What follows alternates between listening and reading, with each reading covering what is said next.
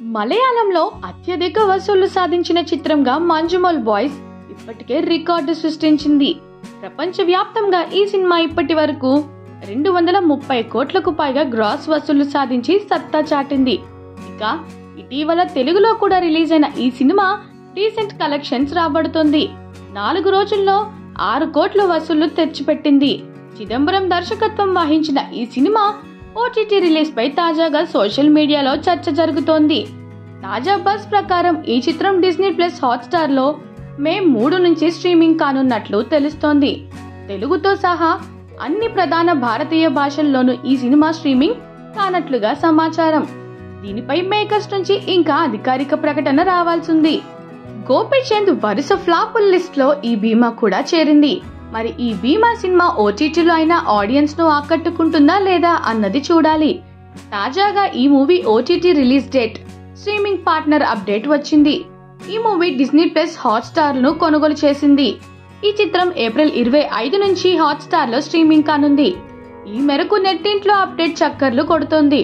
మరి ఈ భీమా movie OTT ప్రేక్షకులను మెప్పిస్తుందా లేదా అన్నది చూడాలి. అర్జున్ రెడ్డి సినిమాతో సెన్సేషన్ క్రియేట్ చేసిన విజయ్ దేవరకొండకు ఈ మధ్య వరుసగా ఫ్లాపులు వస్తున్నాయి.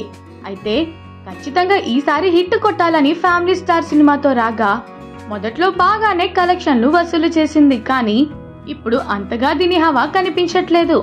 అందుకే అనుకున్న తేదీ కంటే ముందుగానే ఈ సినిమాను ఓటీటీలోకి తీసుకురాబోతున్నట్లు తెలుస్తోంది. మరి ఎక్కడ ఎప్పటి నుంచి స్ట్రీమింగ్ కాబోతుందో మనం ఇప్పుడు తెలుసుకుందాం.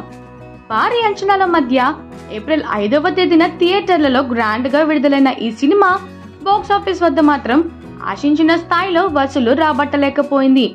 సినిమా వచ్చి 10 రోజులు కూడా కాకముందే థియేటర్ల వద్ద చతికిల పడిపోయింది. అందుకే అనుకున్న తేదీ కంటే ముందుగానే ఈ చిత్రం ఓటీటీలోకి రాబోతున్నట్లు తెలుస్తుంది. ముఖ్యంగా ప్రముఖ ఓటీటీ దిగ్గజం అయిన అమెజాన్ ప్రైమ్ వీడియో ఈ సినిమా హక్కులను దక్కించుకుంది. మే 3వ తేదీ నుంచి ఈ సినిమాను స్ట్రీమింగ్ చేయబోతున్నట్లుగా సమాచారం. అయితే అధికారికంగా ఇందుకు సంబంధించిన ఎలాంటి ప్రకటన రాలేదు. చూడాలి మరి ఎప్పుడు ఈ విషయాన్ని అఫీషియల్ గా ప్రకటించనున్నారనేది.